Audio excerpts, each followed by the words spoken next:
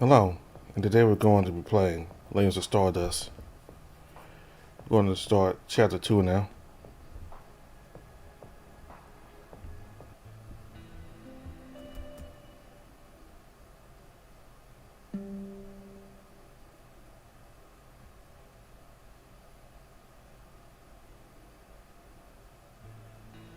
It was silent, all of it.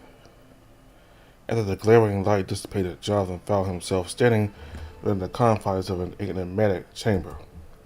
The air was heavy with an indefinable energy crackling with an otherworldly presence. Jonathan's gaze was drawn to the portal behind him, still flickering with a ethereal glow. Through its translucent surface he glimpsed the familiar sight of Mars, a haunting reminder of the gateway he had traversed. The portal stood as a bridge between worlds, an enigmatic doorway to untold realms. Surrounding him, the walls were adorned with intricate patterns and inscriptions, their meaning lost in the depths of time. As his eyes adjusted to the dim light, he discerned the faint remnants of an advanced civilization. Technology of unfathomable complexity lay dormant, an echo of a forgotten era. The chamber was a testament to an ancient intelligence, a realm beyond human comprehension. Driven by a blend of curiosity and trepidation, Jonathan ventured forth, his footsteps echoing into the chamber's hallowed silence. The path ahead revealed a labyrinth of corridors, each one a portal to a different facet of the unknown. The ancient structure loomed in the darkness, its once majestic form now a crumbling ruin. He maneuvered through the intricate passageways, his fingers brushing against the weathered stone, absorbing the tactile history of a civilization long gone. Emerging from the shadowed depths, Jonathan found himself at an exit, his heart quickening with anticipation. Before him stood towering stone ruins, remnants of a bygone era that defied comprehension. They reached towards the heavens, defying gravity as if whispering secrets of ancient wisdom to the skies. Undeterred by the eerie stillness, he pressed on, driven by an insatiable curiosity that surpassed the boundaries of time and space. As he stood there, a lone figure in an unfamiliar realm, the panorama unfolded before him like a cosmic painting. Strange vegetation intertwined with towering rock formations, their contours defying earthly logic. The air itself simmered with an intangible energy, whispering secrets of forgotten epochs. Jonathan breathed his suit, his mind teetering on the precipice of understanding. With every step, he delved deeper into the unknown, his path illuminated by the flickering light of curiosity, his spirit guided by an unsuppressible desire to comprehend the mysteries that lay in wait. As Jonathan ventured deeper into the labyrinth of decay, a glimmer of light caught his attention. He followed this faint glow, wending his way through narrow passages and broken archways. And then, as if emerging from the depths of oblivion, he found an exit, a gateway leading to a breathtaking revelation. Before him stood towering stone ruins, reaching towards the heavens like ancient sentinels. They stretched across a vast alien plateau, their magnificent presence invoking both awe and trepidation. I'm definitely not on Mars anymore.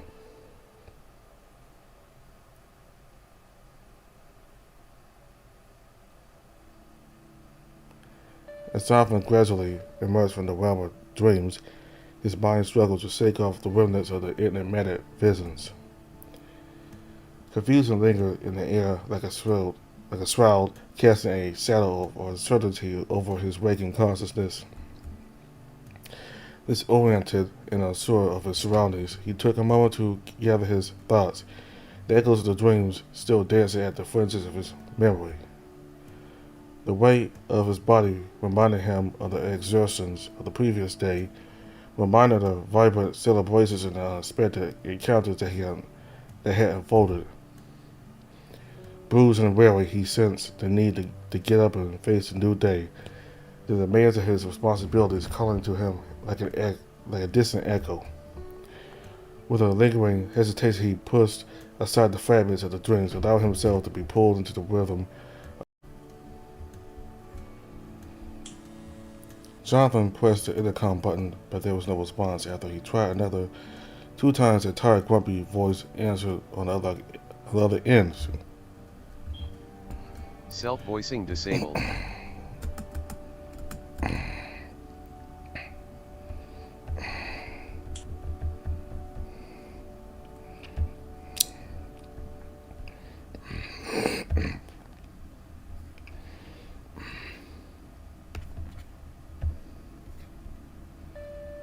The weight of his body reminded him of the exertions of the previous day, reminded of the vibrant celebrations and the unexpected encounters that had unfolded. Bruised and weary, he sensed the need to get up and face a new day, the demands of his responsibilities calling to him like a distant echo. With a lingering hesitation, he pushed aside the fragments of the dreams, allowing himself to be pulled into the rhythm of waking life. Jonathan's gaze wandered out to the bustling city beyond his window, observing the city gradually coming to life as the brilliance of the night began to fade away. He stood there quietly absorbing the sight, allowing the last vestiges of his dreams to dissipate. The world outside beckoned to him, and in that moment he found himself ready to embrace the challenges that lay ahead.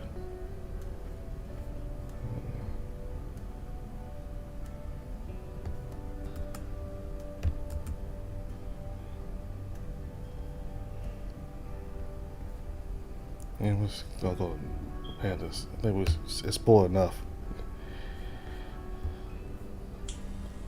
Jonathan pressed the intercom button, but there was no response. After he tried another 2 times, a tired, grumpy voice answered on the other end. What? Madness grumbled, his voice laced with exhaustion and irritation. Jonathan couldn't help but chuckle at his friend's less than enthusiastic response. Just checking in, Madness, making sure you're alive and functioning. Jonathan replied, deliberately teasing. Madness let out an exasperated sigh. Alive, barely. The suffering could rival the apocalypse. Jonathan couldn't contain his laughter, imagining Madness's deceitful state. Hang in there, Madness. Drink some coffee, take it easy. I'll catch up with you when you're feeling less like a grumpy bear. Jonathan, stop breathing out loud. I can hear you through the walls. Madness grumbled a half-hearted acknowledgement before disconnecting the call, leaving Jonathan still amused by his friend's grumpy morning demeanor. With the coffee in hand, the only option for Jonathan was to sit down and gather his thoughts. He had nothing else urgent on his mind.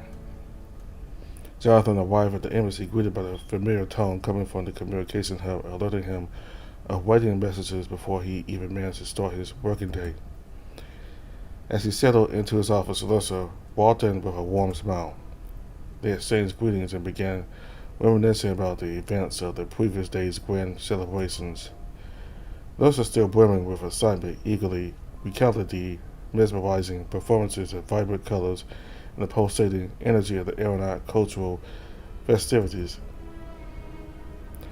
She especially loved all of the fireworks and holographic displays that adorned the sky until late in the night. Jonathan listened attentively, his own memories of the joyful chaos and unique encounters flooding back. They laughed and shared anecdotes, reliving the memorable moments that made the night unforgettable. Just as they were engrossed in their conversation, the door swung open, Madness, still radiating energy from the festivities, joined them. He greeted Jonathan with a friendly nod and a mischievous grin, ready to continue the celebration through reminiscence. The trio immersed themselves in lively banter, exchanging stories and playfully teasing each other about the memorable moments from the night before. Alyssa smirked at Jonathan. I hear Madness begged you to join him on the dance floor, and you flat out refused. You were determined to be the ultimate party killer. Jonathan chuckled and shrugged. Hey, dance is just not my thing. I prefer to enjoy the show from the sidelines, watching Mendes show off his moves. Mendes chimed in with a mock pout.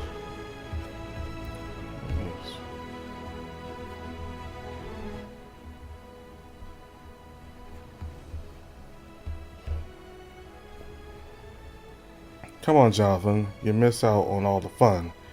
I was spinning and twirling and shaking the whole night. I could have been my, you could have been my dancing partner. I wasn't asking for much. Jonathan raised an eyebrow. Oh, I'm sure the dancers were relieved that I didn't join in and ruin their performances. But speaking of performances, I had the unfortunate luck to encounter Leyland, the Imperial Prince. Thus eyes widened with curiosity. No, tell me everything. What happened? Jonathan leaned in, his voice lowered. Let's just say Leyland was his usual arrogant self. We had a heated exchange, and he stormed off without even answering a simple question. I can't say I'll miss his company. The trio continued their banter, sharing stories and snippets of their eventful night, but Jonathan chose to keep his unexpected encounter with amazing to himself. Still thinking of the mysterious and unexpected nature of their interaction. With each passing moment, the atmosphere in the office transformed into a lively exchange, as Jonathan, Larsa, and Madness shared memories of the bonds forged through the celebrations. Though their work awaited, the spirit of the grand festivities lingered, infusing their day with an infectious enthusiasm and a deep appreciation for the vibrant culture they were fortunate to experience. However, none of them noticed the continuous beeping of the communication hub. It grew more urgent, blending into the background noise of laughter and chatter. Then suddenly the noise outside the palace intensified, drowning out their conversation. Cheers and exclamations filled the air, drowning their attention away from the communication hub. Before they could investigate, the computer's voice interrupted. Attention, Ambassador Jonathan, you are urgently required to attend a meeting at the entrance to the palace. The Voigan delegation is waiting for your presence. Jonathan's eyebrows furrowed in confusion. A meeting? But we didn't receive any messages from them. Mendes let out a sudden gasp, his eyes widening dramatically. Oh, crap. I completely forgot. The Vulcan delegation, we were supposed to respond to their message. I was supposed to get everything ready. You did what? Alyssa saw him a disapproving look. Mendes, this is a crucial diplomatic event. We can't afford to be careless. We need to get there immediately. Jonathan couldn't help but raise an eyebrow at Mendes' forgetfulness. Wait, it looks like we have some quick thinking to do. Let's not keep the Vulcan waiting. The sound of cheering and celebrations outside the palace grew louder, fueling their determination to reach the entrance. As they navigated the bustling halls, Jonathan's mind raced with thoughts of the unexpected meeting, and they needed to quickly gather his thoughts and composure. Moments later, they arrived at the entrance, where a group of imposing Vulcan soldiers stood waiting. The grandeur of their presence commanded respect, and their stoic expressions revealed little. Jonathan took a deep breath, ready to face the challenges and responsibilities that awaited him in this meeting with the Vulcan delegation, knowing that his diplomatic skills would be put to the test. Jonathan stepped forward with poise and confidence, his demeanor shifting to match the formal occasion. As the Vulcan delegation emerged from their impressive flying craft, he observed their dignified presence and imposing statue. 5 Vulcan, adorned in regal attire and symbols of their esteemed military rank, formed a line before him. Noticing Mendes' sudden transformation from his usual exuberance to a nervous, almost subservient state, Jonathan understood the gravity of the moment. He recognized the deep respect Mendes held for his own people and their traditions. With a nod of reassurance towards Mendes, Jonathan took a deep breath and approached the delegates with deliberate steps. In an impeccably formal manner, Jonathan executed a precise bow, his movements mirroring the Vulcan protocol for greeting high-ranking officials. Lister, sensing Mendes' nervousness, playfully nudged him with a slight grin. Mendes, it's your duty to introduce the ambassador. she whispered, her voice laced with amusement. Mantis caught guard, visited for a moment before regaining his composure, stepping into a deep salute, his anxiety mingling with a touch of formality. In a steady voice, Mantis began the introduction. Esteemed delegates, allow me to present to you our distinguished ambassador, Jonathan Hope, representing the planet Earth. Mantis gestured toward Jonathan, emphasizing his role as a bridge between worlds. Jonathan stepped forward, acknowledging the introduction with a nod of gratitude. Mantis continued with the introductions, his tone taking on an air of reverence as he unveiled the names and ranks of the working delegates. He spoke them out quickly, mentioning their ranks and achievements. Mantis finally turned his attention to the most distinguished member of the delegation, his voice hushed with reverence. Lastly, we have Consul Virgil Urius, a wise and esteemed statesman whose guidance shapes the course of our people's destiny. As Mantis spoke the Consul Virgil Urius bestowed a measured smile, his presence exuding a regal aura. The atmosphere held a delicate balance of respected anticipation as Jonathan observed each delegate, noting the weight of their titles and the significance they carried in working society. He acknowledged them with a series of nods, recognizing the honor of their presence and the importance of the diplomatic exchange about to unfold. Consul Virgil Urius cleared his throat, a faint hint of amusement twinkling in his eyes. Inspector Mantis Urius, are we forgetting something? His voice carried a gentle, teasing tone laced with familiarity and a touch of brotherly banter. Mantis's face flushed slightly, realizing his oversight, and he let out an embarrassed chuckle. Luster ever quick-witted interjected with a mischievous smile, attempting to lighten the atmosphere. Our inspector seemed to have a tendency to be forgetful when it comes to official working business, she remarked, her voice filled with playful undertones. Allow me to clarify, Ambassador.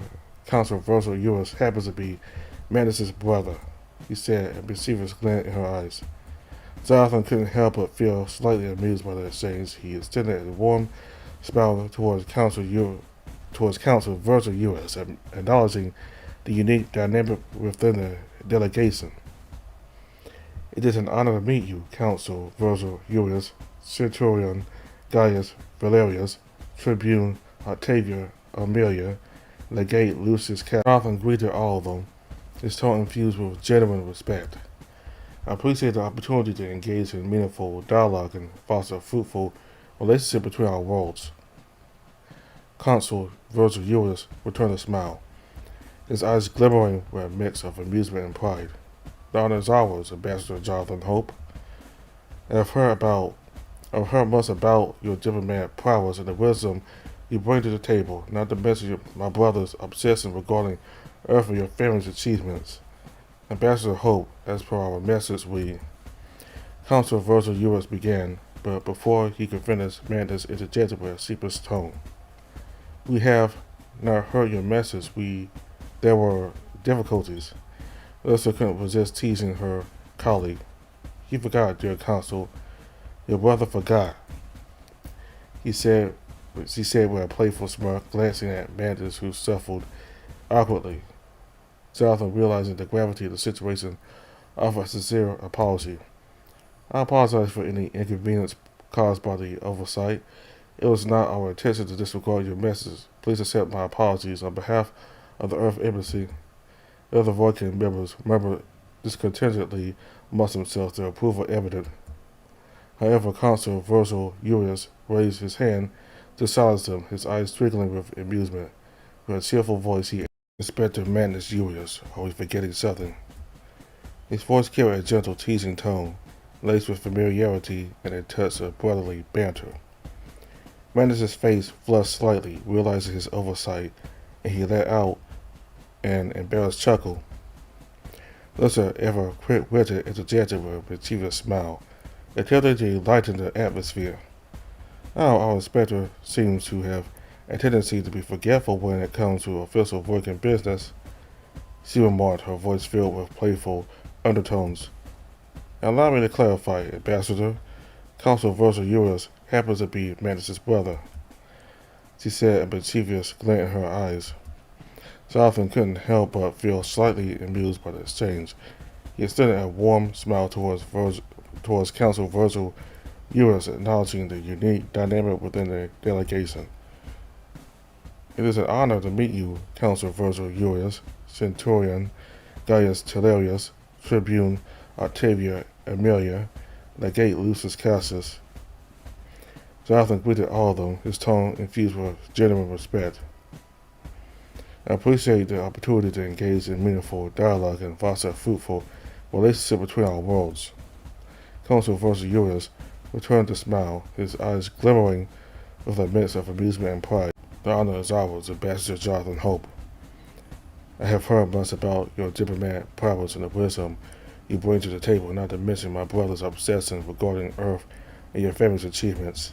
Ambassador Hope, as per our message, we. Consul Virgil Eurus began, but before he could finish, Mantis interjected with a sheepish tone. We have not heard your message. There were difficulties. Lucia couldn't resist teasing her colleague. You forgot, dear Consul. Your brother forgot, she said with a playful smile, glancing at Mantis, who shuffled awkwardly. Jonathan, realizing the gravity of the situation, offered a sincere apology. I apologize for any inconvenience caused by the oversight. It was not our intention to disregard your message. Please accept my apologies on behalf of the Earth Embassy. The other Vulcan members murmured discontentedly amongst themselves, their disapproval evident. However, Consul Virgil Eurus raised his hand to silence them, his eyes twinkling with amusement. With a cheerful voice, he added, Perhaps that is better. I hope you like surprises, Ambassador. In essence, we invite you to our grand city of Aora, the glorious metropolis of Cretus. Consul Virgil Eurus continued, his voice filled with anticipation. Today's celebrations will be held on the piece of soil the Emperor has graciously given to us, where you shall witness the splendor of our civilization, the prowess of our warriors, and the magnificence of our cultural traditions. It is an honor to extend the invitation to you, Ambassador Hope, to suggest our goodwill in the strengthening of our interstellar alliance. Jonathan's eyes lit up with excitement, his earlier apologetic demeanor replaced by a sense of anticipation. He couldn't help but appreciate the Consul's ability to turn potential miscommunication to an opportunity for an unexpected adventure. Thus the Consul graciously reached out towards his flying craft, a marvel of alien military technology that combined utility, comfort, and formidable defense capabilities. Its sleek, metallic exterior simmered with an otherworldly glow, hinting at the advanced engineering that lay within. The craft exuded an air of both elegance and power, its design defying conventional understanding. Sorry, Ambassador, or did my unfortunate brother forget something else? The Consul's voice carried a subtle undertone of amusement, as if savoring the irony of the situation. The entrance of the craft beckoned with an open doorway, revealing a spacious interior that defied the limits of imagination. Soft ambient lighting bathed the chamber in a warm glow, while comfortable seating arrangements lined the walls. It was a perfect fusion of ergonomic design and aesthetic beauty tailored to accommodate the needs of its passengers. As Jonathan approached, he noticed intricate holographic displays embedded within the control panel, pulsating with a mesmerizing array of colors and symbols. The craft hummed with a subtle energy and amalgamation of unknown technologies that fueled its extraordinary capabilities. The Consul, observing Jonathan's awestruck expression, gestured towards the craft with pride. Our vessel, Ambassador, is a testament to the advanced ingenuity of the Vulcan civilization. It embraces efficiency, luxury, and defense prowess. Prepare to be amazed. Jonathan couldn't help but feel a mixture of excitement and gratitude for the opportunity to experience such advanced technology. They boarded the craft, the doors closing smoothly behind them, sealing off the outside world. The interior embraced him with a sense of comfort and security, while the hum of unseen energy hinted at the craft's defensive shield systems. As the craft lifted off the ground, Jonathan settled into his seat, marveling at the panorama visible through the expansive viewports. The cityscape below slowly faded into the distance as they ascended higher, leaving Aora behind, heading to Akitas. In this moment of respite, Jonathan turned to Magnus and felt compelled to address a noticeable change in his behavior. Magnus, Jonathan began, his voice laced with genuine concern. I couldn't help but notice a sudden shift in your demeanor. What happened? Is there something troubling you? Magnus let out a raspy chuckle, his voice dripping with sarcasm. Oh, Ambassador, you're always the perceptive one, aren't you? Try being the brother to the most important person of your race on the planet. The weight of expectations can be suffocating. Lissa, ever compassionate, interjected, her voice tinged with sympathy. In the Vulcan culture, it is demanded from the children of noble houses to strive for perfection, to uphold the honor and legacy of their lineage. Magnus huffed in response, his frustration evident. Sometimes perfection is just not good enough. No matter what I do, it always feels overshadowed by virtuous achievements. It's a constant battle for recognition, for validation. Jonathan nodded, realizing the immense pressure Magnus carried on his shoulders. I can only imagine the burden you bear, Magnus, but remember, your worth extends far beyond the shadow of your brother. You have your own strength, your own contributions that make you valuable. Magnus fell silent for a moment, his gaze fixed on Jonathan's eyes, as if deep in thought. Seconds stretched into eternity before Magnus finally broke the quiet, his lips curling into a soft, wide smile infused with affection. Jonathan returned the smile, a glimmer of warmth in his own eyes. As the craft soared through the vast expanse of land, the conversation lingered in the air. It reminded of the complexities and struggles that existed even among the noblest of individuals coming from strange alien worlds. Jonathan hoped that this journey would not only strengthen their diplomatic ties, but also provide opportunity for Magnus to find solace and embrace his own path, free from the burden of comparison.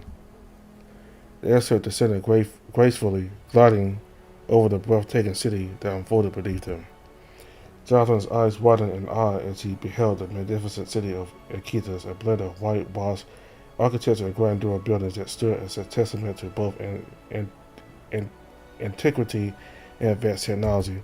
The streets bustled with activity, the hum of alien life intermingling with the gentle whispers of history. Unable to contain his amazement, Jonathan leaned closer to Magnus and whispered, "Is this what your home looks like?" A soft smile tugged at Magnus's lips, a mix of pride and nostalgia dancing in his eyes. Not quite, but very close," he replied, his voice tinged with a hint of longing. As they disembarked from the airship and stepped onto the solid ground, Jonathan marveled at the intricate details of the city. Ornate sculptures adorned street corners, while fountains sparkled in the sunlight, casting a mesmerizing play of colors. The air carried an exotic fragrance, a delicate blend of floral scents and technology. The council, accompanied by his loyal guards, guided Jonathan through the magnificent Aventine Plaza, adorned with magnificent marble sculptures depicting heroic figures from Vulcan history. The plaza emanated a sense of grandeur and reverence. As they walked, their footsteps echoed against the marbled pavement, adding to the solemnity of the surroundings. The focal point of the plaza was the imposing Arcania Arc, a majestic structure that stood as a testament to the resilience and unity of the Vulcan people. Graceful nebulous fountains sparkled in the sunlight, casting a mesmerizing play of colors that danced in the air, symbolizing the life-giving forces that flowed through the city. The council took pride in describing the significance of each architectural marvel that they encountered, painting a vivid picture of a city where history and modernity beautifully intertwined. Following their path, they arrived at the opposing Consulate building, known as Domus Concordia, a grand structure adorned with stately columns and intricate carvings. Jonathan's gaze was immediately drawn upward, mesmerized by the sight of the magnificent domed ceiling depicting celestial scenes in intricate patterns that seemed to transcend earthly beauty. Alyssa couldn't contain her awe. "This place never ceases to amaze me," she whispered, her eyes filled with wonder. The fusion of artistry, history, and architectural brilliance is simply breathtaking. These grand halls echo with whispers of diplomatic discussions that have taken place within these walls, and the air carried an air of gravitas. Before the council could continue guiding Jonathan through the halls, a group of guards approached them with visible urgency. The council, with a hint of annoyance in his voice, responded, "What is it?" The guards conveyed their need for his immediate presence at a meeting, their voices filled with concern. The council expression shifted to a more serious one, and he turned to Jonathan with an apologetic tone. "I apologize, Ambassador Hope," he said regretfully. "It seems an urgent matter requires my attention. Please feel free to explore as you please while I attend to this pressing issue. Manus should be able to assist you in navigating our city unless he also managed to forget that," he added with a touch of sarcasm. As the council swiftly departed with the rest of the envoy in their guards, Jonathan stood there momentarily taken aback by the sudden turn of events. Manus, ever ready with a sarcastic comment, muttered, "Typical of him," but then a spark of energy ignited within Madness, and he turned to Jonathan with a bright smile. "So, Ambassador, where would you like to go first?" he asked, his eyes gleaming with curiosity. "The city is yours to explore, and I am at your service. We have countless wonders and hidden gems waiting to be discovered. Just name the place and we shall embark on our adventure." Before Madness could steal Jonathan away on their anticipated adventure, Larissa stepped forward, her tone stern and commanding. "Not so fast, Madness," she interjected, her voice laced with authority. "You have already come dangerously close to causing a political accident. I will not allow you to recklessly drag the ambassador off to who knows where. Jonathan, I must ask you to remain within these halls. We must exercise caution and not risk offending the Vulcan delegates that are observing us with keen and critical eyes." Madness rolled his eyes dramatically, a smirk playing on his lips. "Ah, Larissa, always the voice of reason. Wouldn't want to upset the delicate balance of interstellar relations, now would we? Ambassador, it seems our plans for exploration has been momentarily foiled by the ever-watchful eyes of protocol." Jonathan couldn't help but chuckle at Madness's sarcastic remark, appreciating his distinctive sense of humor even in moments of constraint. "Imperial so, Madness, I suppose we'll have to satisfy our wanderlust within the confines of these grand halls for now." Let's sought Madness a pointed look, her tone firm. "Do try to contain your mockery, Madness. We're here on an important mission, and decorum is of utmost importance," she chided with a serious tone. Madness held up his paws in a mock surrender. Of course, Larissa, my apologies," he quipped, a mischievous glint in his eyes. "I shall curb my enthusiasm and devote myself entirely to the art of diplomacy." Larissa shook her head in resignation, her gaze fixed on Madness. "May I remind you, Inspector, that Jonathan has been on Aora for less than 3 days," she said, her tone tinged with exasperation. "Let's recap, shall we? Before he even arrived, there was an attempt on his life, a forced visit to hospital, and now the Imperial Prince seems to have taken issue with him.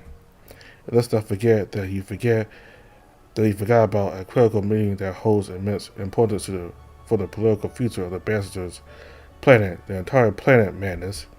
Madness shifted uncomfortably under Melissa's stern gaze, realizing the gravity of his forgetfulness. He knew better than to challenge her authority, especially when she invoked her aides as a veiled threat. "Apologies, Melissa," he mumbled sheepishly, a hint of contrition in his voice. "I assure you I understand the weight of the situation. You won't have to ground me yet." Melissa's expression softened slightly, a glimmer of affection shining in her eyes. "Oh, Madness," she sighed, her voice filled with a mix of weariness and fondness. "You've always had a knack for finding trouble, but I've also seen you find your way out of it. Just remember, this isn't about us or our misadventures. It's about ensuring the success of Ambassador Hope's mission. Mandus nodded, a flicker of determination replacing his earlier nonchalant demeanor. You're right, Lester. He admitted, his voice now more serious. This is about the ambassador and his duty. I won't let my indiscretions hinder our progress any further. Lester patted Mandus on the shoulder, a reassuring gesture. That's the spirit, Mandus. She said, her tone softer. Let's regroup and focus on what needs to be done. We have a responsibility to ambassador to his planet and to the delicate balance of interstellar relations. Lester crossed her arms, her stern expression softening slightly. Fine. We'll let the ambassador decide how he wants to spend his time within the consulate building until the council is ready for us. Mandus, with a slight grin, added, After all, it's only fair that our esteemed ambassador gets it to explore and appreciate the grandeur of Vulcan craftsmanship firsthand. Perhaps you'll find something truly fascinating, Jonathan. With their agreement in place, the trio set off to allow Jonathan to immerse himself in the wonders that awaited within the consulate's halls.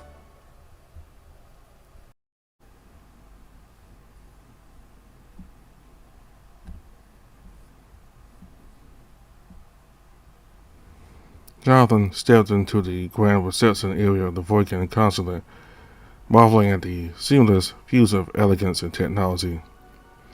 The room was adorned with intricate Vulcan artwork depicting scenes from their rich history and cultural heritage. A holographic display suspended in midair showcased the consulate's achievements and milestones, captivating Jonathan's attention. As he approached the reception desk, a friendly Vulcan receptionist welcomed him with a warm smile. The receptionist, fluent in multiple alien languages, including English, explained the various services provided by the consulate. Jonathan learned about the Vulcan's diplomatic initiatives, interstellar trade agreements, and cultural exchange programs. Intrigued by the Vulcan civilization, Jonathan engaged in a fascinating conversation with the receptionist, gaining insights into the societal structure, technological advancements, and deep-rooted traditions.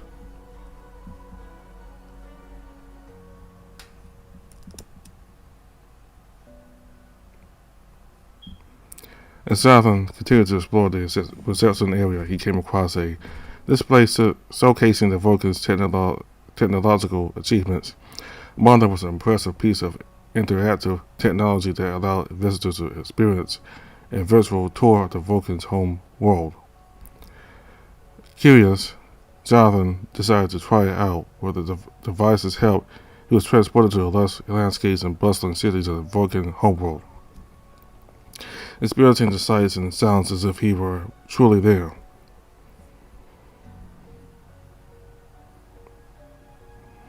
As Jonathan continued his exploration, he noticed a group of Vulcan children engaging in a playful, holographic game. Intrigued, he approached them with a smile, trying to understand the rules of the game. The children were delighted to have a human visitor, and with the help of the receptionist, they explained the game to Jonathan. He joined them in their friendly competition, laughing and bonding with the young Vulcan.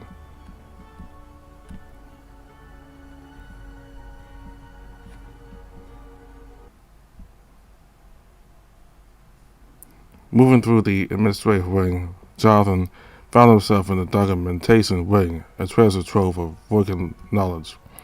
The walls were lined with cells of ancient scrolls meticulously preserved to withstand the test of time. Digital archives displayed on interactive screens provided access to extensive collections of historical records, scientific research, and cultural artifacts. Guided by a robotic archivist, Jonathan navigated the vast collection with ease. The archivist's encyclopedic knowledge and precision in retrieving information amazed him. Jonathan accessed ancient manuscripts that chronicled the Vulcans' ancient myths and legends, gaining deeper understanding of their cultural beliefs and values. The documentation wing provided a captivating glimpse into the Vulcans' past, leaving Jonathan eager to learn more as he continued his exploration of the consulate.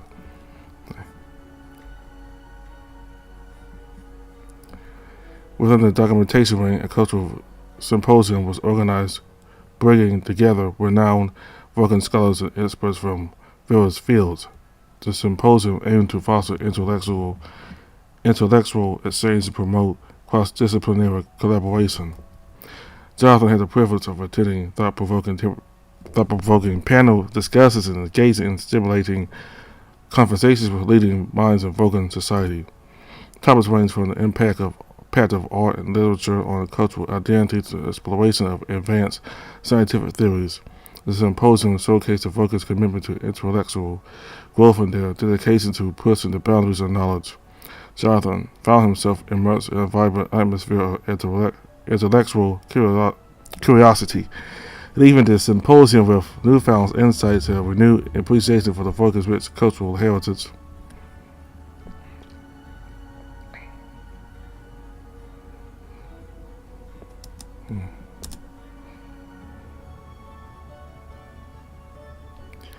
Jonathan stumbled upon a special event in the documentation wing and an unveiling ceremony for the recently discovered ancient artifact. The Vulcan archaeologists and historians have meticulously studied and preserved the artifact. Now it was time for the public to witness its unveiling. The atmosphere was filled with anticipation as the curtains were drawn, revealing a magnificent relic from Vulcan's distant past. Jonathan marveled at the intricate details and craftsmanship displayed on the artifact, which held clues to a forgotten era.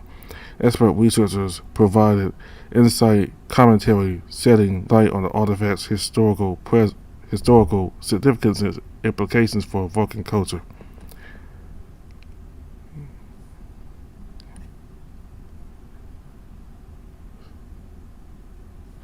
Jonathan entered the prestigious council chambers, a place where the Vulcan's governing body convened to make important decisions. The grandeur of the chamber was awe-inspiring, with its towering columns and intricately designed ceiling. The room emanated an aura of power and authority. As Jonathan stepped into the chamber, he witnessed a heated debate among the Vulcan council members. The discussions revolved around matters of intergalactic significance such as trade policies, diplomatic relations, and scientific advancements. Jonathan observed the council members' eloquence and the depth of their arguments, realizing the Vulcan's commitment to thoughtful decision-making. The council chambers served as a venue for a momentous interplanetary summit, gathering leaders from various star systems and civilizations. Jonathan found himself amidst a gathering of diplomats, ambassadors, and dignitaries, all assembled to discuss matters of mutual concern. The atmosphere was charged with anticipation as important interstellar issues were deliberated upon. Jonathan witnessed the exchange of ideas, negotiation of treaties, and the forging of alliances. The summit symbolized the Vulcans' commitment to diplomacy and their pivotal role in fostering interstellar cooperation. It was an opportunity for Jonathan to witness the intricate workings of intergalactic politics.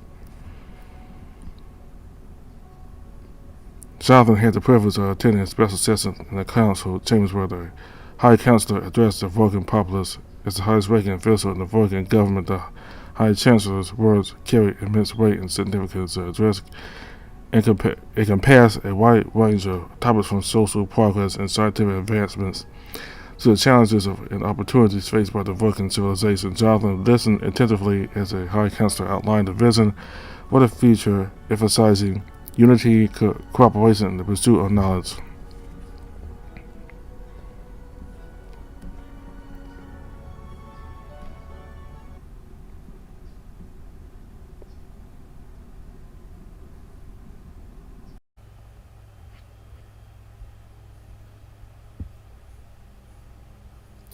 Jonathan ventured into the art gallery, a haven of creativity and expression with the Vulcan Consulate.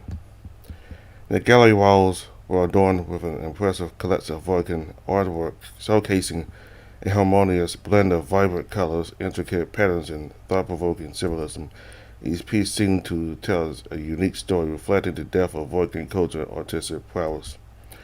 Jonathan found himself captivated by a painting depicting a mesmerizing celestial landscape.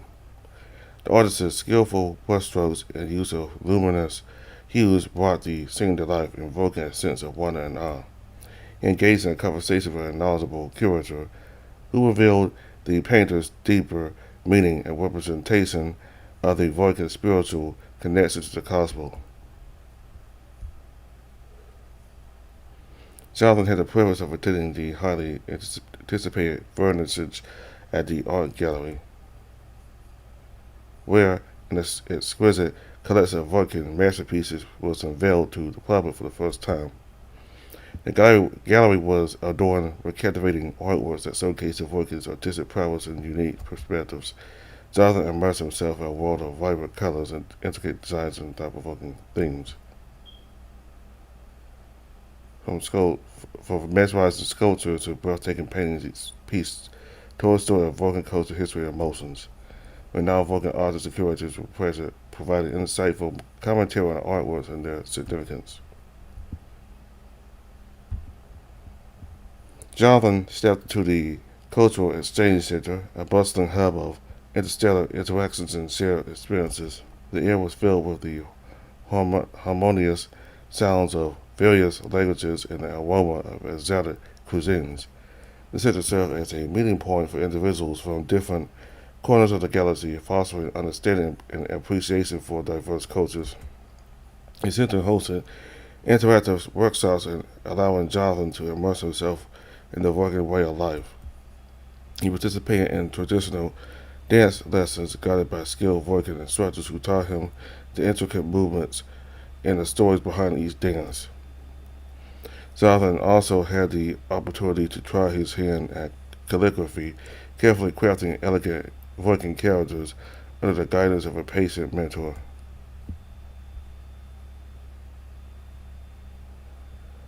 At the Cultural Exchange Center, Jonathan participated in a language and communication workshop designed to bridge the gap between different civilizations. The workshop brought together individuals from diverse backgrounds, fostering cross-cultural understanding through the exchange of languages, customs, and traditions.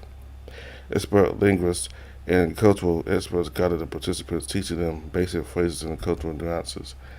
Through interactive activities and engaging discussions, Jonathan discovered the beauty of intercultural communication, the importance of empathy, and overcoming linguistic and cultural barriers.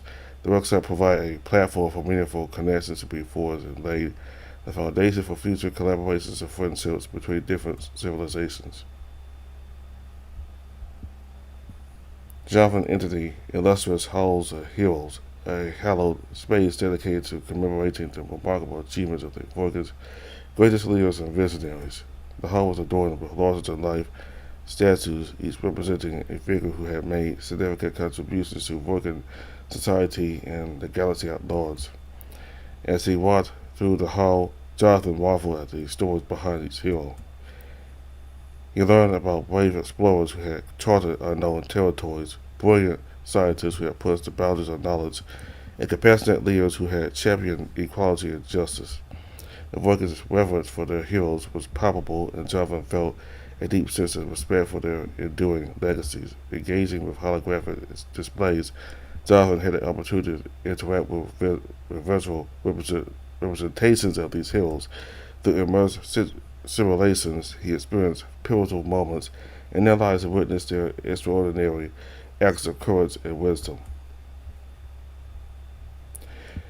In the solemn Halls of Heroes, Jonathan attended a memorial ceremony honoring the brave individuals who sacrificed their lives in service of the Vulcan civilizations and its allies. The hall was adorned with plaques and statues commemorating the fallen heroes, each representing a unique story of courage, sacrifice, and selflessness. The ceremony paid tribute to their contributions and celebrated their unwavering dedication to ideals of justice and freedom.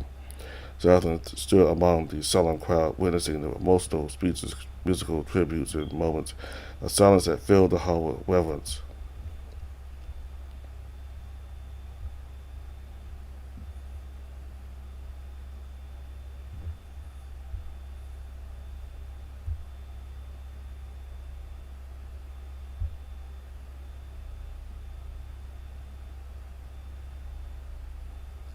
Jonathan explored the section and the quantum computing center dedicated to facilitating civilian trade routes. As he delved into the sub-route, he discovered a bustling hub of economic activity where representatives from various industries and businesses gathered to discuss trade opportunities and foster collaborations. Jonathan observed meetings between trade negotiators, economists, and business executives who discussed market trends, trade policies, and potential partnerships. Engaging in conversations with trade representatives, Jonathan gained insights into the intricacies of interstellar commerce and discovered how the quantum computing center played a pivotal role in analyzing market data, predicting trade patterns, and facilitating secure transactions across vast distances. The civilian trade routes sub-route showcased the Vulcan's expertise in interstellar trade and their commitment to economic growth and prosperity. Within the bustling hub of the civilian trade routes, Jonathan explored a vibrant merchant bazaar that offered a kaleidoscope of the sights, sounds, and aromas. The bazaar was a bustling marketplace where merchants for different star systems displayed their wares, ranging from exotic spices and rare gemstones to technological innovations and exquisite artworks. Jonathan engaged in lively conversations with the merchants, learning about their unique products, trading practices, and the stories behind their creations.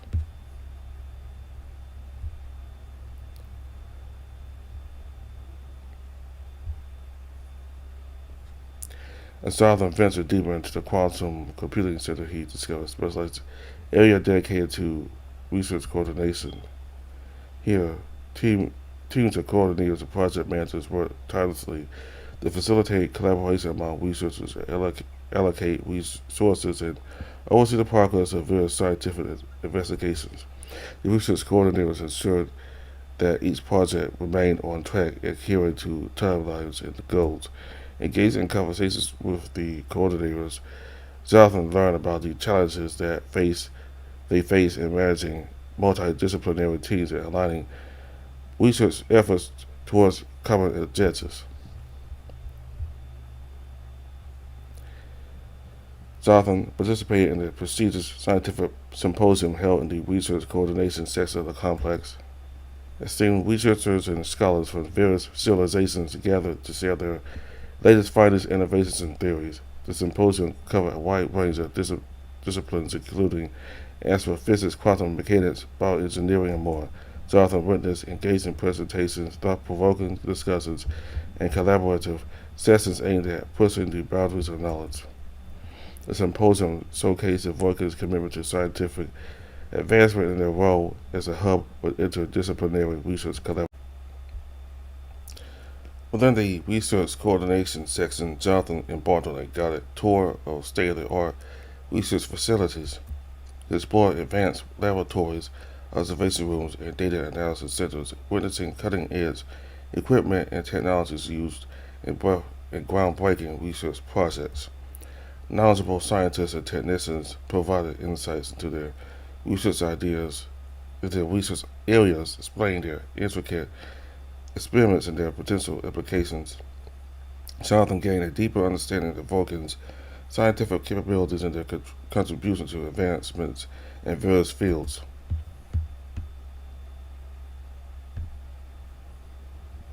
Jonathan discovered an area within the quantum computing center dedicated to civilian outreach and education. Here, the Vulcan's commitment to knowledge sharing and public engagement was evident. The center hosted workshops, seminars, and interactive exhibits designed to educate the general public about quantum computing, advanced technologies, and the wonders of the universe. Engaging with the outreach team, Jonathan learned about the Vulcan's efforts to promote scientific literacy and encourage young minds to pursue careers in science and technology. He observed the dedication of the team in organizing community events, school visits, and public lectures to make science accessible to all. The Quantum Computing Center civilian outreach initiatives showcased the Vulcan's commitment to fostering scientific awareness and creating a future where knowledge knows no boundaries.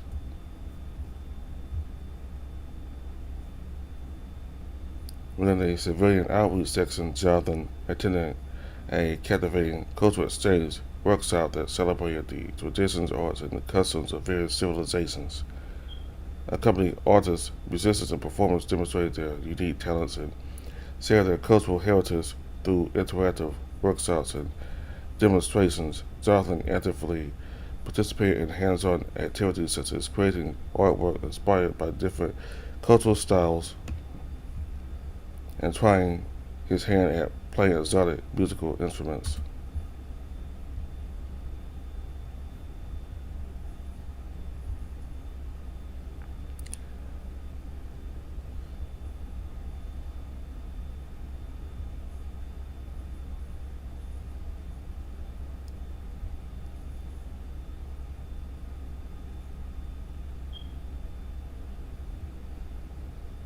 Jonathan entered the Tactical Command Center, a highly secure area where military strategies and operations were meticulously planned and executed. The War Room was a nerve center of activity bustling with commander strategists and intelligence analysts. Immersed in the intense atmosphere, Jonathan observed a high-ranking military officials analyzing data for reconnaissance missions, satellite imagery, and intercepted communications. He witnessed the coordination of forces, the deployment of troops, and the formulation of tactical maneuvers to ensure the safety and security of Vulcan civilization. The War Room subroute offered Jonathan a glimpse into the intricate decision-making process, the precision of military operations, and the unwavering dedication of the Vulcan's armed forces in safeguarding their city and the surrounding territories. Stepping deeper into the War Room, Jonathan witnessed the intense process of operational planning.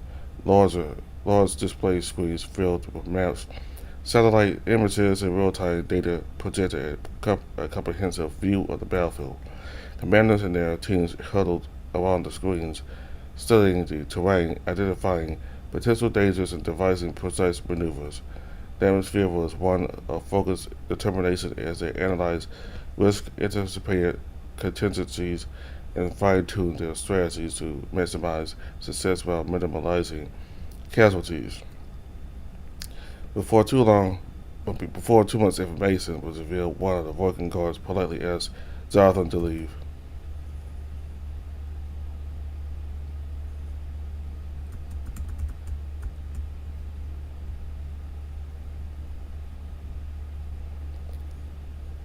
Continuing his exploration of the Tactical Command Center, Jonathan delved into the Weapons Research and Development section. Here, brilliant scientists and engineers worked tirelessly to innovate and enhance Vulcan's military capabilities. Jonathan witnessed cutting-edge technologies, advanced weaponry, prototypes, and state-of-the-art testing facilities. He learned about the Vulcan's commitment to stay at the forefront of military advancements, constantly pushing the boundaries of innovation to maintain their defensive superiority. The Weapons Research and Development subgroup provided Jonathan with a deep appreciation for the Vulcans' commitment to ensuring their military readiness and ability to protect the civilization from external threats. Jonathan found himself in the heart of the Tactical Command Center, surrounded by high-ranking military officials engaged in a crucial command briefing. The room hummed with energy as commanders discussed ongoing operations, analyzed intelligence reports, and made strategic decisions. Jonathan listened attentively as they debated the best course of action, considering various factors such as enemy movements, resource allocation, and potential risks. It was a fascinating display of leadership and expertise where every word carried weight and could impact the outcome of critical messages. Before too much information was revealed, one of the Vulcan guards politely asked Jonathan to leave.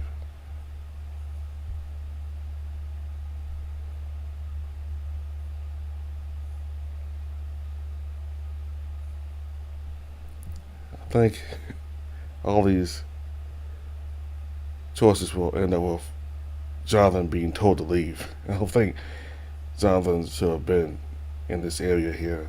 You know, a foreign diplomat going to another country's war room, you know, where the highest military officials and talk about what's going on, and they have a bunch of plans in play. And I don't think they would want a foreign diplomats who hear in on their discussions, so no wonder that the guards had Jonathan leave. I don't know why. Anyway. Within the Tactical Command Center, Jonathan explored the Strategic Intelligence Hub, a central hub where vast amounts of data were analyzed to gather crucial intelligence. Here, skilled analysts poured over intercepted communications, encrypted messages, and processed information from various sources. Jonathan witnessed the fusion of Vulcan's expertise in advanced AI algorithms as analysts sought to unravel the intentions and plans of potential adversaries. He learned about the sophisticated surveillance systems and advanced data analytics tools employed by the Vulcan to monitor potential threats and assess the security landscape. Engaging in discussions with intelligence officers, Jonathan gained insights into the Vulcan's comprehensive approach to situational awareness and proactive defense. He understood the critical role played by intelligence gathering and analysis and safeguarding the Vulcan's interest in maintaining the stability of the region. In a secure briefing room, Jonathan had the opportunity to attend an intelligence briefing led by a senior intelligence officer. Maps, charts, and real-time satellite imagery adorned the walls, creating a comprehensive picture of the region's security dynamics. The officer provided a detailed analysis of ongoing operations, highlighted potential areas of concern, and outlined the Vulcan's strategic objectives. Jonathan witnessed the precision and clarity with which the officer conveyed complex information, leaving no room for ambiguity. Before 2 months, information was revealed. One of the Vulcan guards politely asked Jonathan to leave. Yeah.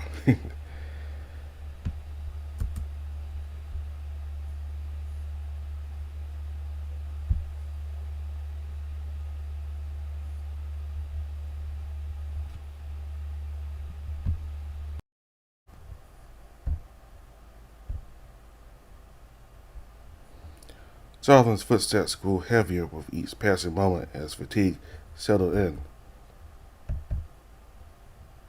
The vastness of the Consulate building had proven to be more extensive than he had anticipated, and his legs ached from the exploration. Feeling a growing weariness, he decided to make his way back to the main area of the Consulate Hall, hoping to find Lurcher and Madness.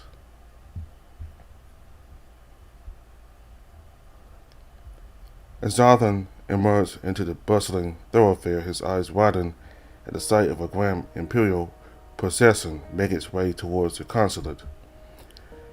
The air crackled with anticipation, and the plaza outside was adorned with ornate decorations in honor of the Emperor's arrival.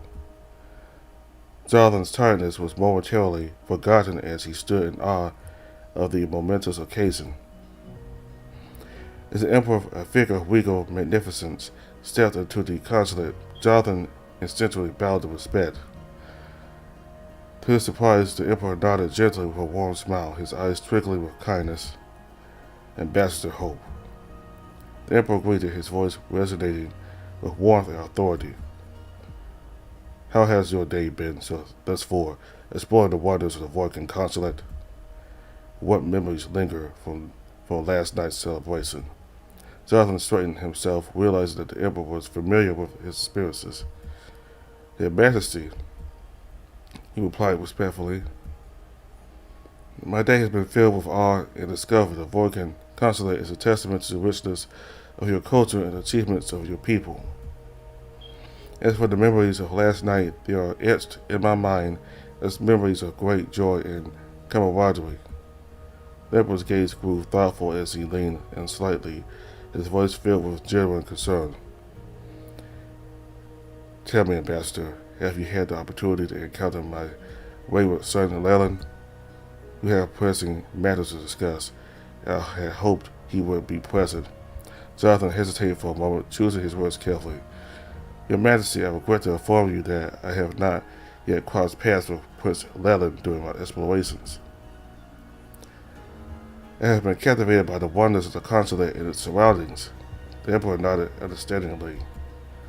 Very well, Ambassador. We shall have our meeting in due time. For now, I must attend to matters with the Vulcan High Council. But do seek me out later, as I would appreciate your insights and perspective. My father nodded. The Emperor gracefully departed, leaving Jonathan to contemplate his encounter. Swiftly he weighed his options, realizing that he risked to avoid another encounter with Lala, knowing the potential unpleasantness it might bring. Determined to find solace away from the prying eyes of the aeronauts, Jonathan set off in search of a quiet corner where he could gather his thoughts and rejuvenate his weary spirit. Jonathan's footsteps echoed softly as he wandered deeper into the Consulate building, marveling at the vast repository of knowledge surrounding him. The air hummed with the gentle buzz of technology and the scent of aged books. He found himself drawn to a higher level, guided by an inexplicable curiosity. As he ascended, the hushed whispers of the observatory beckoned him closer. Stepping into the expansive domed room, Java's eyes widened in awe. The observatory was a sanctuary of celestial wonders, adorned with telescopes, holographic displays, and maps of distant galaxies. He moved silently, not wanting to disturb the tranquility that embraced the space. And there, amidst the vastness of the cosmos, Java's eyes fell upon a sight that left him speechless. Leland, the Imperial prince, known for his arrogance and cold demeanor, was surrounded by a group of young Vulcan children. Their laughter filled the air, and Jonathan watched in astonishment as Leland engaged with them, his youthful icy facade melted away. The prince's face lit up with genuine warmth as he hoisted the children onto his shoulders, allowing them to peer into the lenses of the telescopes. Jonathan observed from the saddles, captivated by the unexpected sight before him. Leland, in a voice filled with cheer and wonder, shared the secrets of the stars, sparking curiosity and joy in the young minds. In that moment, Jonathan saw a side of Leland he had never imagined, a compassionate and nurturing soul hidden beneath the veneer of royalty. The scene unfolded like a tender symphony, filling Jonathan's heart with a mixture of surprise and admiration. He remained hidden, savoring the heartwarming sight, grateful for the opportunity to witness the prince's unexpected transformation among the stars.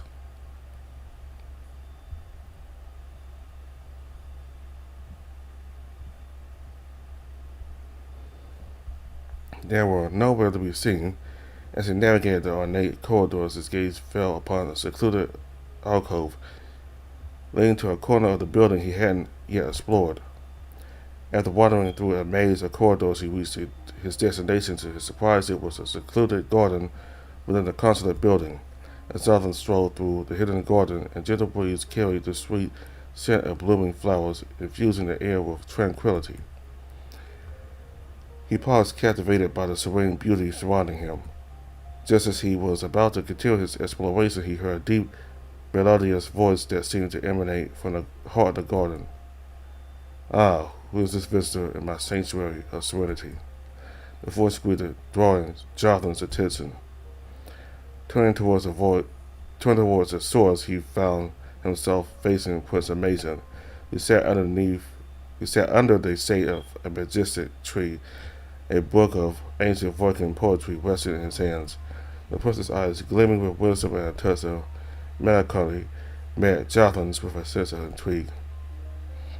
"Welcome, wanderer," Amazon said, his voice reminiscent of the tales woven by storytellers in ancient palaces. "You have discovered a place where the outside world is forgotten, and the soul finds solace amidst the whispers of nature.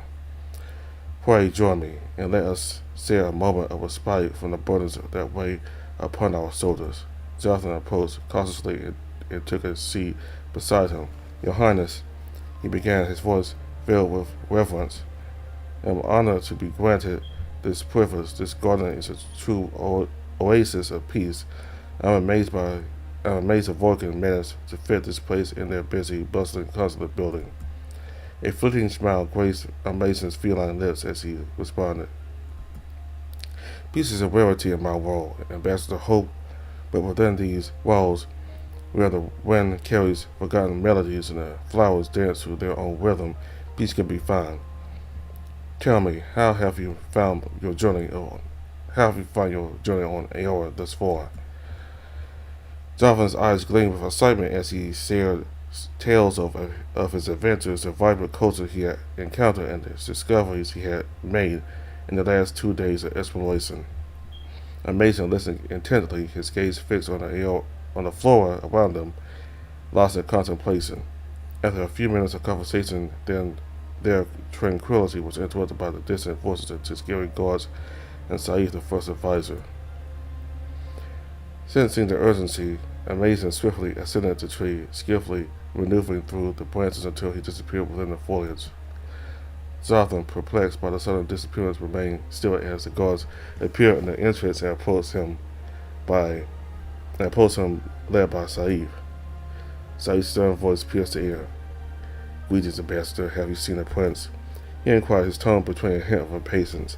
Jonathan quickly formulated a response. "I'm afraid I have not encountered anyone in the garden for quite some time," he replied, feigning ignorance. I have been lost in the tranquility it offers, oblivious to the presence of others.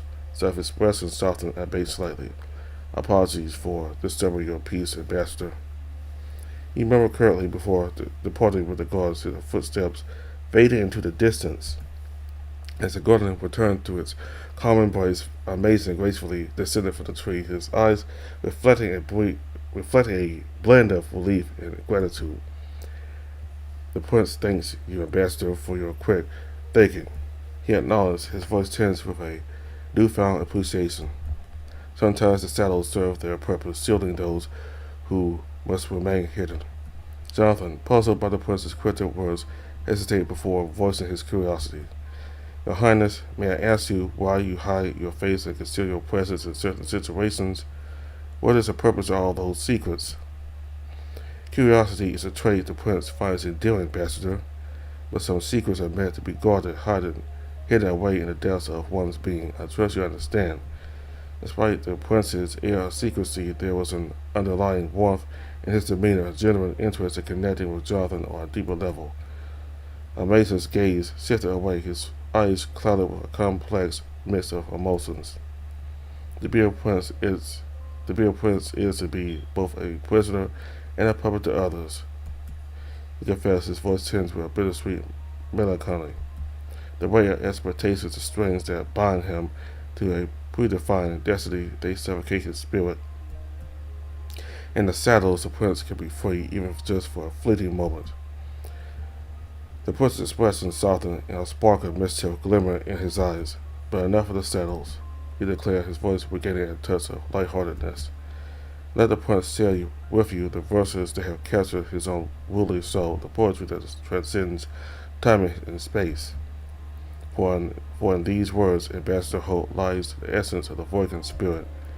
And so within the tranquil garden, Jonathan listened with attention as Prince Amazing recited verses that echoed through the ages, transported them both to the times before the Voigan world of Timisora froze and turned into a glacial wasteland it is now, where dreams danced and emotions bloomed like the flowers around them.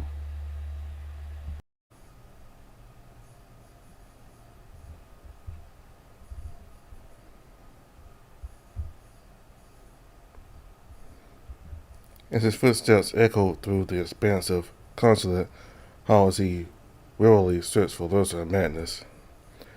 With each passing moment, his tiredness grew, and he longed for a moment of respite. As he wandered further, he found himself drawn to the sounds of clanging tools and the hum of machinery coming from a nearby area. Curiosity piqued, Jonathan followed the sounds until he entered a vast aircraft hangar, filled with an array of futuristic flying crafts. The sight was awe-inspiring, and he marveled at the sleek designs and advanced technology. Suddenly, amidst the mechanical symphony, he heard Manus's unmistakable voice tinged with annoyance. "Where's that blasted winch? Can a man get the right tools around here?" Manus grumbled, his sarcasm laced with frustration. Jonathan couldn't help but smile at the sight of Manus, who was partially hidden beneath one of the aircraft, taking over its engine. Gathering his resolve, Jonathan approached, surprising Mantis with his presence. Need a hand, Mantis?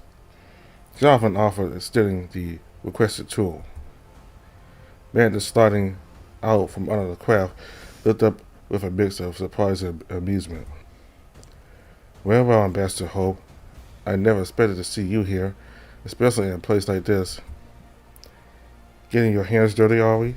Jonathan chuckled, realizing the irony of the situation.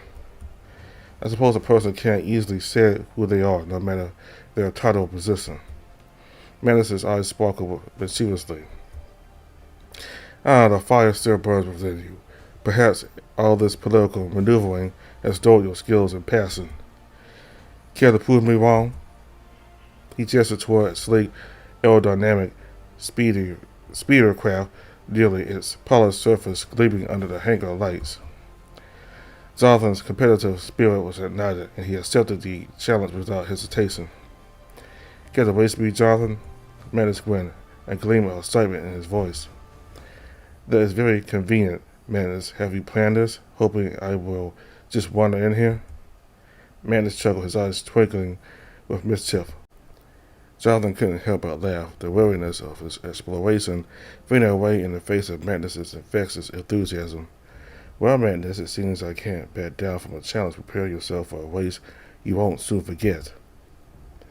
The two climbed into their respective speeder crafts, their hands whipping the controls with anticipation. Jonathan felt the hum of the engines beneath him, a surge of adrenaline coursing through his veins. As he glanced at Mantis before putting on his helmet, he noticed a competitive glint in his eyes. He knew this would be an exhilarating showdown. The hangar doors opened, revealing a vast expanse of the sky beyond. With a roar of engines, they shot forward, streaking through the air like shooting stars. The wind whipped against their faces as they maneuvered through a daring course, twisting and turning amidst the intricate framework of the Consulate building. Their speeders weaved through tight spaces, glided over open courtyards, and soared close to domed ceilings. Eliciting gasps and cheers from onlookers who had gathered to witness the impromptu race. Jonathan's heart pounded with excitement as he skillfully navigated the twists and turns, maxing madness move for move. The thrill of the race consumed them both. They pushed their speeders to their limits, showcasing their expertise in daring maneuvers. It was a breathtaking spectacle of speed, skill, and danger. As they weaved through a series of tight turns, Madness couldn't resist a playful jab at Jonathan through his microphone. Come on, Baxter, is this the best you can do? I expected a bit more finesse and speed from the best of the best of humans. Perhaps diplomacy has dulled your reflexes.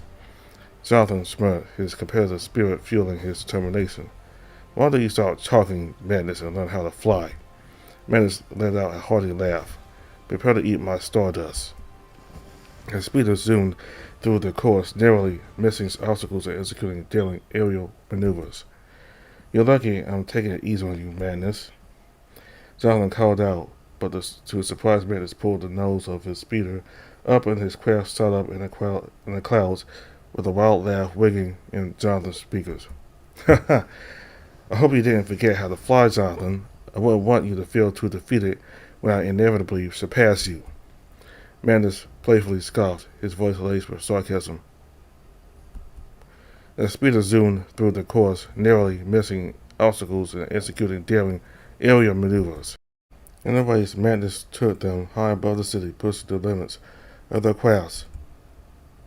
Jonathan decided to follow, not wanting to let the Vulcan get this win. The higher they went, the more Jonathan could notice the change in the temperature. Ice particles formed on his helmet, and his computer warned him about the increasing altitude. But despite the risk, Jonathan pressed on, fueled by determination. The Madness continued to taunt him, his voice crackling through the comm system. Come on, Jonathan, don't back down now. Show me what you got. With all of his piloting experience and skill, Jonathan planned a risky maneuver. He started spiraling around Madness, using the speeder's agility to his advantage. In a matter of seconds, he not only caught up but also overtook Mandus, leaving him trailing far behind. As Jonathan secured his lead, he decided it was time to bring the race to a victorious end. He gently turned the direction of his speeder, started out a glowing flare symbolizing his triumph, and began to descend back toward the hangar. When Mandus arrived back at the hangar, Jonathan was standing by his speeder, waiting for him. Mandus landed and took off his helmet, clearing his throat. "You are the best, as always." Jonathan graced him with a warm smile. "Well, I guess this is it.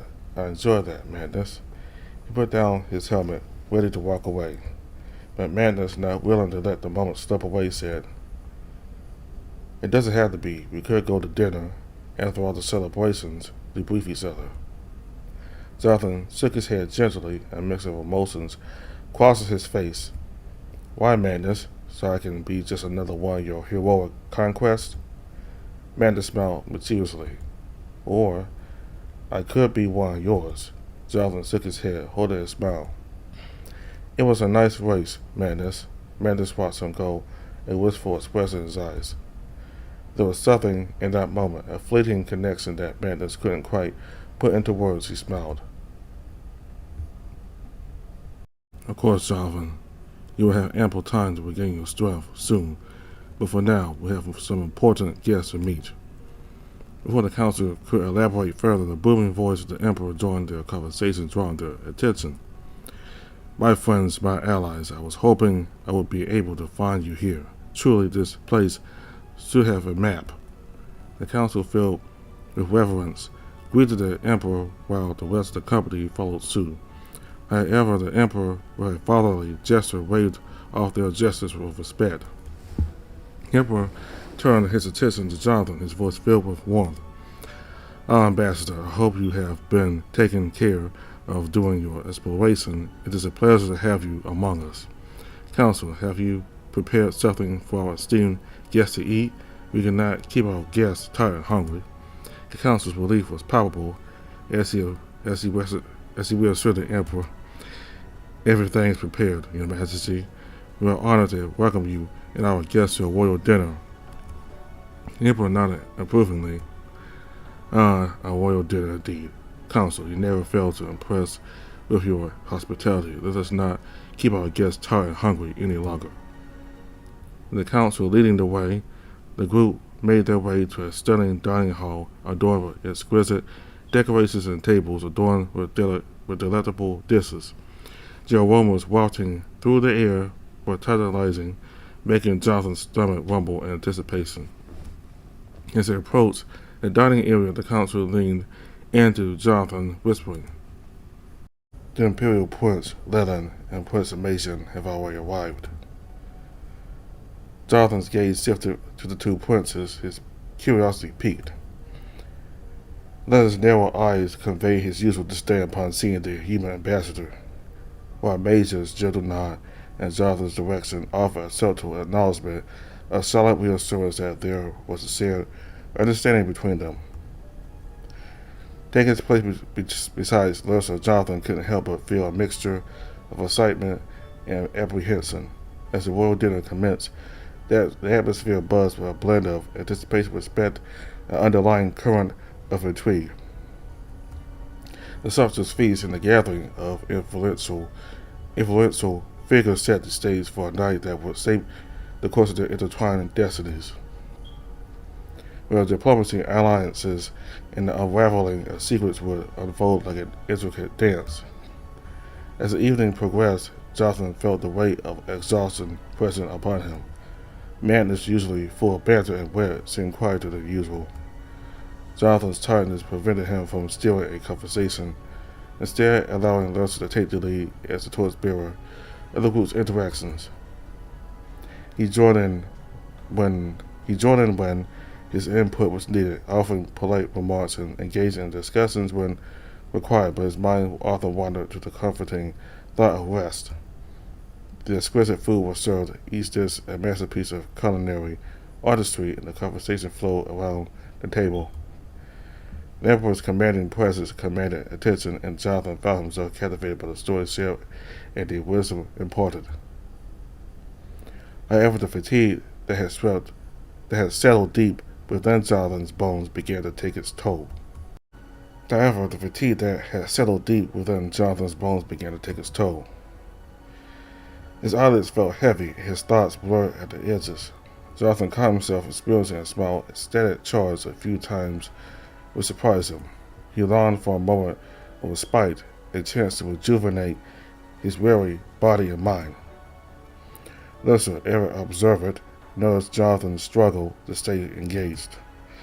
With a subtle nod, she gracefully guided the conversation, allowing Jonathan to take brief respites in silence, offering him a chance to collect his thoughts and find solace in the quiet moments. As the night wore on, the air in the room filled with a sense of anticipation, as if something significant was about to unfold. Jonathan's fatigue rose through his every fiber, urging him to retreat to the comfort of his quarters. Finally, the royal dinner came to a close, and Jonathan felt a mixture of relief and gratitude. The Emperor, with a gracious smile, expressed his pleasure at the evening's gatherings and bid everyone good night. As the group began to disperse, Jonathan mustered his energy to rise from his feet, thanking the guests for their hospitality. Magnus, who had remained relatively quiet throughout the evening, glanced at Jonathan with a touch of concern in his eyes. "Jonathan, are you all right?" Magnus asked, his voice laced with genuine care. Jonathan managed a tired smile. "Just weary from the day's activities, Magnus." Lissa joined in. "Jonathan, the doctor did recommend for you to rest as much as possible." Jonathan nodded appreciatively at Lissa's concern and acknowledged her words with a grateful smile. "Thank you, Lissa. I will definitely heed the doctor's advice and make rest a priority." Magnus, ever the dry wet, interjected with a smirk. "Rest? Oh, Jonathan, with all the grand celebration plans, it seems rest is but a distant dream for you." Jonathan chuckled softly, knowing that Magnus was only teasing. "Well, I'll do my best to steal moments of rest whenever I can. Magnus, just be prepared for somebody may need to carry me around by the end of this." With their farewells exchanged, Magnus approached the consul. The consul's eyes lit up with warmth as he addressed Magnus. "Magnus, my dear brother, it is always a pleasure to have you here. I understand the ambassador's exhaustion. Please let him rest. We will make arrangements for his return to the Imperial Palace." Magnus responded, "Thank you, brother." The first time Jonathan heard Magnus call Virgil that. With the arrangements made, Jonathan could feel the weariness intensifying. He knew that the journey back to the Imperial Palace would provide the rest he so desperately needed. Moments later, a sleek craft awaited him, its engines humming with quiet anticipation. Settling into the comfortable seat of the craft, Jonathan allowed himself to sink into the soft embrace of the cushioning. As the craft soared through the night sky, he gazed out at the twinkling stars, their ethereal beauty bringing a sense of peace and serenity. The journey seemed to pass in a blur, and before he knew it, they had arrived at the Imperial Palace. Jonathan stepped out of the craft feeling a wave of gratitude wash over him for the working people's hospitality and abundance he had experienced. As he made his way to his quarters, the fatigue that had weighed him down for so long began to lift, replaced by a gentle sense of satisfaction and fulfillment. With a contented sigh, Jonathan prepared to surrender to the embrace of sleep. Tomorrow will bring new adventures, new discoveries, and new possibilities. But for now, he allowed himself the luxury of rest.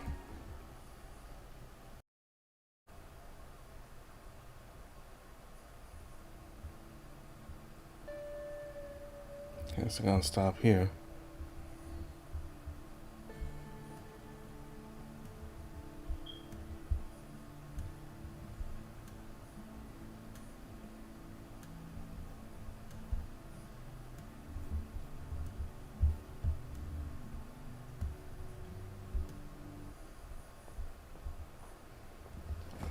Okay, so a lot happened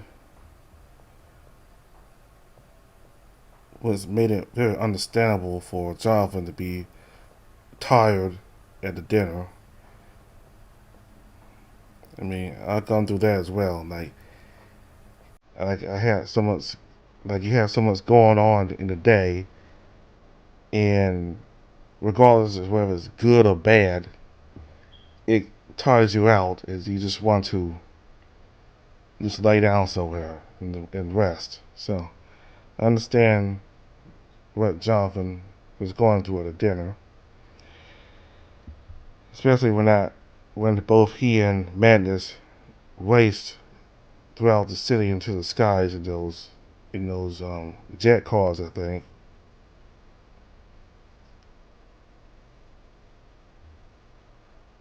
And we got to see a different side of Leland. I mean, sure, by the time he saw Jonathan at the dinner, he was back to his usual arrogant, hostile self. But at the working consulate, while Jonathan was exploring the place, the consulate, I get they called he saw Jonathan. I mean, he saw Leland. Jonathan saw Leland playing with working kids, and he saw a whole different side of Leland. Leland was very happy, and he played with the kids, and he was very eager to show them. I forgot what I think it's a telescope. I think, but anyway, he played with the kids, and he was very much happy to be around them and show them stuff, and just be around the children. So certainly, Leland is capable of being nice and friendly. However, apparently there's something about Jonathan that makes him hostile towards him. It may be for merit, it may not have any merit at all. I mean, he may be justified in his hostility towards Jonathan. It may not be justified, but I'm not sure what it is that he has against Jonathan, but I don't know. He does think of Earth as a backwater planet, so I don't know. Maybe he was friendly towards the working children because they come from an advanced planet, and therefore he has more respect for the Vulcans than he does for Jonathan and his people. I don't know. Anyway, we went through all the choices, and we got to see pretty much everything. So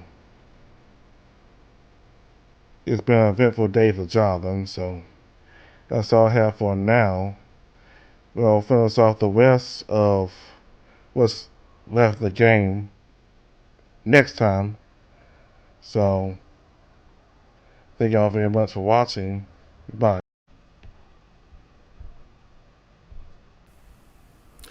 Jonathan was on his way back to the main consulate hall, his footsteps echoing through the grand corridors. The day had been filled with exploration and unexpected encounters, leaving him both exhilarated and fatigued. As he made his way lost in his thoughts, he felt a tap on his shoulder. Turning around, he found Lursa standing there, a radiant smile on her face. Jonathan, my dear, how was your day so far? It's been hours since we last saw you. Do you have a splendid time exploring? Jonathan returned her smile, grateful for her cheerful presence.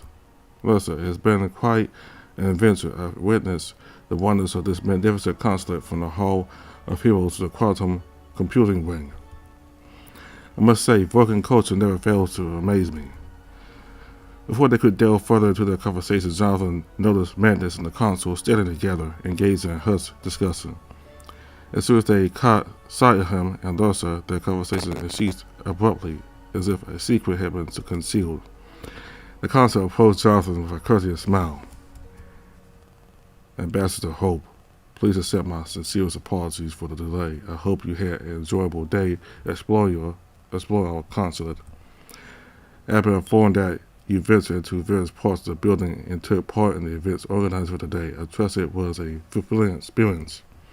Jonathan nodded, a sense of curiosity prickling at the back of his mind. Indeed, Consul, the day has been full of surprises and delightful encounters.